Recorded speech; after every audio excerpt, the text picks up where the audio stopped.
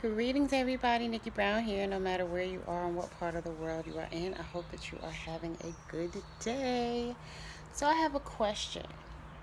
When dating, is it about having a trophy or is it about having a compatible partner um, who has good character and will do the right thing?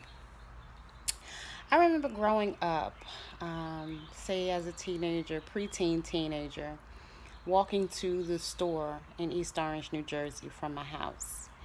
And let's say I had on sweatpants and a t shirt. I would get very little, if any, attention.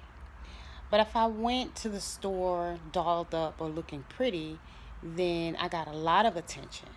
And for me, that was a turn off because for me, that was a flaw because I'm the same person. In my mind, it's not about looks. Although, yes, you do want to be attractive to your partner. Although you want to be attractive to your partner, what else is there besides the attraction? Are you just wanting someone to parade around, or are you wanting someone that you can get to know and build a life with?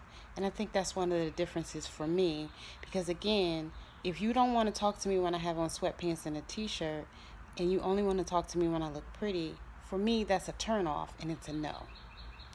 Just wanted to put that out there. Let me know what your thoughts are. Love y'all. Later.